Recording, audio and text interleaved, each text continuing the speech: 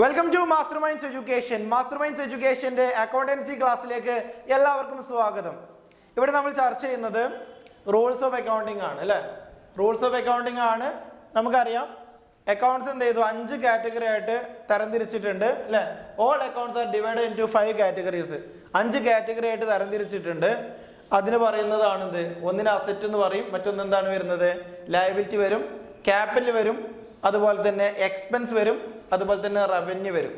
ഷോർട്ടായിട്ട് നമുക്ക് പറയുമ്പോൾ എന്ത് ചെയ്യാം, ഒന്ന് അസറ്റ് പിന്നെ വരുന്ന എക്സ്പെൻസ്, പിന്നെ ലയബിലിറ്റി വരും, ഇൻകം അല്ലേ. റവന്യൂ എന്ന് പറഞ്ഞാൽ ഇൻകം ആണ് ഉദ്ദേശിക്കുന്നത്, ഇൻകം, അതുപോലെ ക്യാപിറ്റൽ. എന്നുള്ള 5 കാറ്റഗറീസ് ആണ് വരുന്നത്. അസറ്റ് വരുന്നുണ്ട്, എക്സ്പെൻസ് വരുന്നുണ്ട്, ലയബിലിറ്റി വരുന്നുണ്ട്, ഇൻകം വരുന്നുണ്ട്, ക്യാപിറ്റൽ വരുന്നുണ്ട്.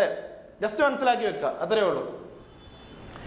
ഇനി അടുത്ത എന്താണ്, ഇതിൻ്റെ റൂള് വരുന്നുണ്ട്. അത് അങ്ങനെ എളുപ്പത്തിൽ മനസ്സിലാക്കാവുന്നേ ഉള്ളൂ. ഇങ്ങനെ ബോക്സ് വെച്ച് മനസ്സിലാക്കണം എന്നൊന്നുമില്ല. ഞാനത് എളുപ്പത്തിൽ പറഞ്ഞുതരാം. ബോക്സ് നിങ്ങൾക്ക് നോട്ട് ചെയ്യണമെങ്കിൽ നോട്ട് ചെയ്യാന്നുള്ളൂ. ഞാൻ വളരെ എളുപ്പത്തിൽ തന്നെ പറഞ്ഞുതരാം. ഓക്കെ, ഇത് നിങ്ങൾ നോക്കുക ഞാൻ പറഞ്ഞു കഴിഞ്ഞതിന് ശേഷം കേട്ടോ. അപ്പോൾ വരുന്നത് എന്താണ്, ആദ്യം വരുന്നത് ഞാൻ പറഞ്ഞ പോലെ തന്നെ അസറ്റും എക്സ്പെൻസിനും ഒരേ റൂളാണ്. അസറ്റിനും എക്സ്പെൻസിനും ഒരേ റൂളാണ്. കൂടുമ്പോൾ ഇത് മാത്രം പഠിച്ചാൽ മതി, ബാക്കിയുള്ള ഓട്ടോമാറ്റിക്കായി കിട്ടും. കൂടുമ്പോൾ ഡെബിറ്റ് സൈഡാണ് ഉദ്ദേശിക്കുന്നത്, ജസ്റ്റ് മനസ്സിലാക്കി വെച്ചാൽ മതി. അപ്പോൾ എന്താണ്, അസറ്റിനും എക്സ്പെൻസിനും ഒരേ റൂളാണ്. എന്താണ്, കൂടുമ്പോൾ ഡെബിറ്റ്, കുറയുമ്പോൾ എന്തേക്കാരം വരിക, ക്രെഡിറ്റ്. കുറയുമ്പോൾ ക്രെഡിറ്റ് ആണ് വരിക. ഈ റൂൾ എന്ന് പറയുമ്പോൾ നിങ്ങൾക്ക് ഇത് മാത്രമേ പഠിക്കാനുള്ളൂ. എന്താ പറഞ്ഞത്, അസറ്റ് എക്സ്പെൻസിന് സെയിം റൂളാണ്. കൂടുമ്പോൾ ഡെബിറ്റ്, കുറയുമ്പോൾ ക്രെഡിറ്റ്. ക്ലിയർ അല്ലേ? അസറ്റിനും എക്സ്പെൻസിനും ഒരേ റൂളാണ്. എന്താണ് റൂള്, കൂടുമ്പോൾ ഡെബിറ്റ്, കുറയുമ്പോൾ ക്രെഡിറ്റ്. ക്ലിയർ?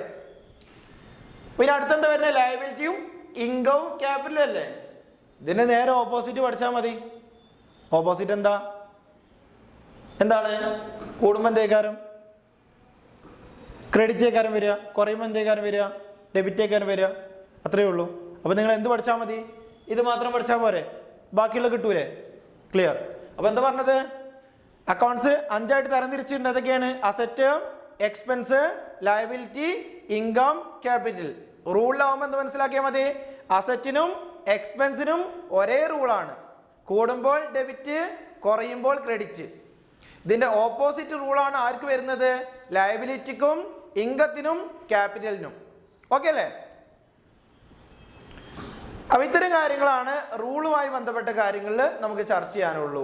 ഓക്കെ, അപ്പൊ നമുക്ക് അടുത്ത വീഡിയോയുമായിട്ട് വീണ്ടും കാണാം. Thank you.